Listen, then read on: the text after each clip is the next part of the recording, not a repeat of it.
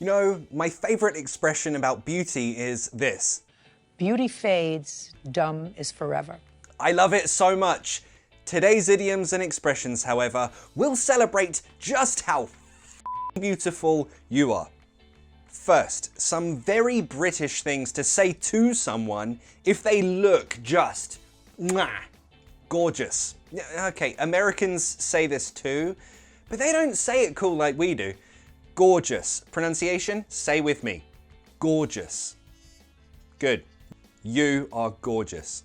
This one, however, fit. This one is very British. Americans don't use this one. You're fit. Mate, she is well fit. She or he is banging. Usually we don't pronounce the G. Banging. No, then it sounds like the verb. It's like the slang verb of saying to have sex, to bang. Yeah, so if you say she's banging, people might be confused which banging you mean. So, with pronunciation, drop the G. Banging. She's banging. Mate, did you see Captain America's ass? Banging. Again, all of these adjectives, yes, they mean like good looking, but they have this sexy quality to it. So, like, don't say it to a family member. That would be awkward.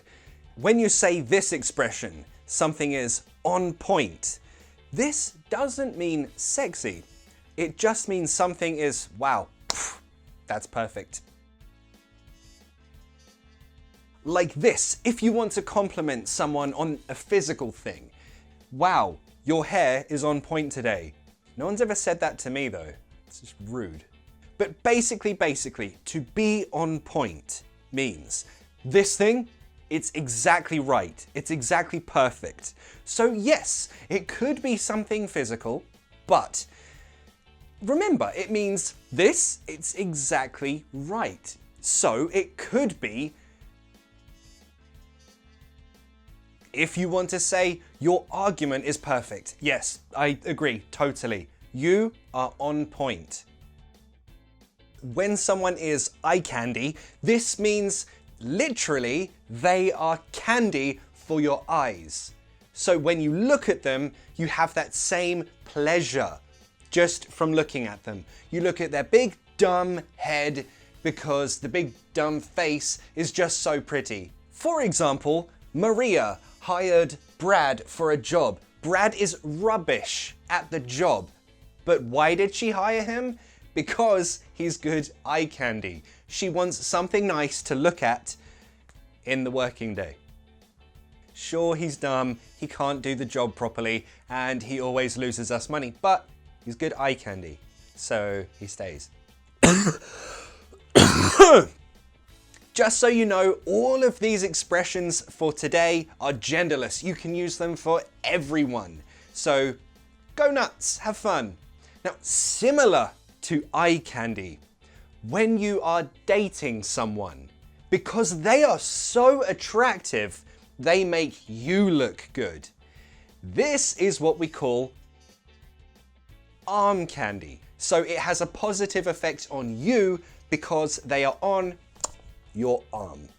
For example, if you have an event, you might want to invite someone very attractive because they are good arm candy. They make you look good because they look good.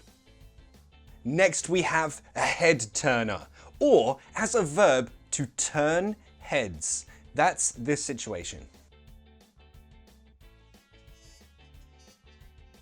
This one is very literal. You're walking down the street and you are so attractive. You are so attractive. When you walk down the street and someone passes you, they literally turn their heads like, what? She's a head turner. In this case, it's a noun. A head turner. One head turner, right? Or as a verb, she turns heads. Wow, she really turns heads. She's so hot. Now, this one is not very, very common, but you will definitely hear it, especially like, for example, in the Oscars, people might say, wow, her dress is so fantastic. She's really going to turn heads tonight. In other words, everyone who walks by her will be like, what? Literally. But of course, if you turn your head to look at someone, maybe it's for a good reason, maybe it's for a bad reason. So it's not always good. For example, if you went on a date with your cousin, people might say, "You're dating your cousin?" I mean, that's gonna turn some heads. You know when you're at a bar, a club, cafe, library, wherever, and you see someone across the room and you think, "Oh my God, you're so fit." But then she's looking back at you, right into your eyes, into your soul, intensely, passionately. And both of you know this has to be love because she's looking deep into my soul. I mean, I imagine that's what it's like. But anyway, when you're looking at each other and it's like that situation, we call that to make eyes at someone. In this case, both of them, it's mutual, they're looking at each other. So, they are, let's make a sentence. They're making eyes at each other. Maybe they should go and talk to each other. We also say to give someone the eye. For example, that guy's giving you the eye. You should go talk to him. Our next adjective, flawless. This is a great word to use and a Beyoncé song. So, 2 reasons to use it. Okay, for example, if I draw something and there's a mistake right there, it's a mistake. It's not perfect. Something which makes this not perfect is called a flaw. That's a noun. A flaw. Pronunciation, flaw. You can use this for a project that you're working on. Does this project have any flaws? What makes this thing not perfect? But if I remove that imperfection, there, bam, now it's perfect. No imperfections, no flaws, it is flawless. So, if you say someone looks flawless or they are flawless, wow, you are flawless. You're saying they're perfect.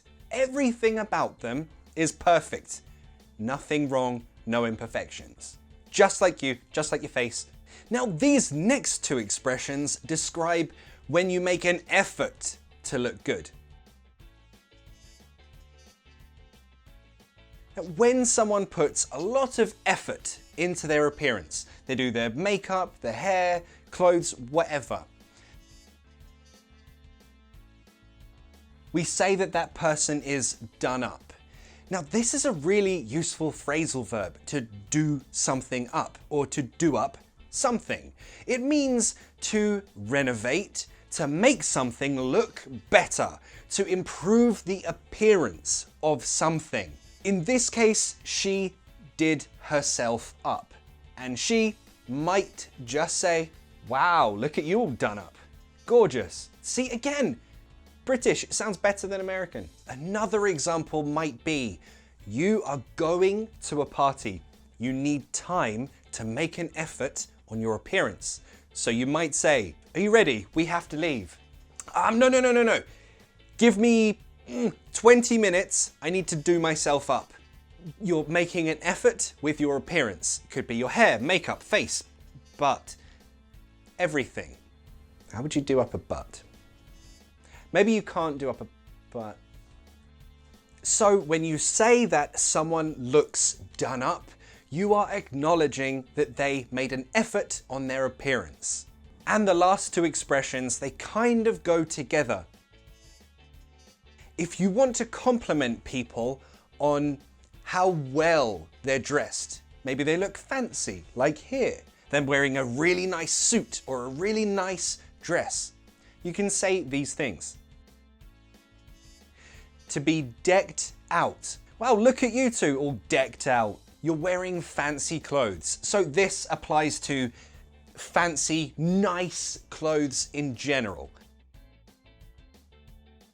So you need that verb be to be decked out, to be suited and booted.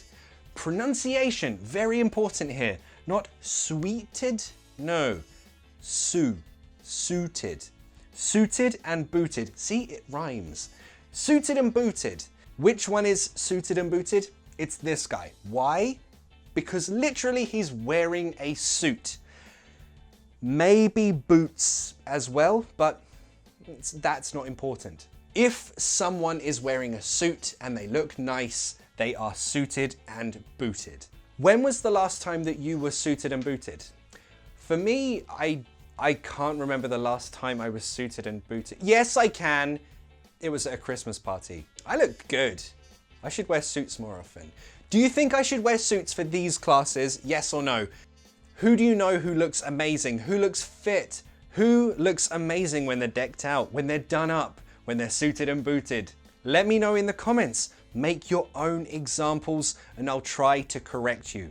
Also, there's a worksheet based on today's video. You can find that on my Patreon or if you join this channel as a member. If you like this type of class, remember to subscribe and hit the bell to get the notification. And I'll see you in the next class.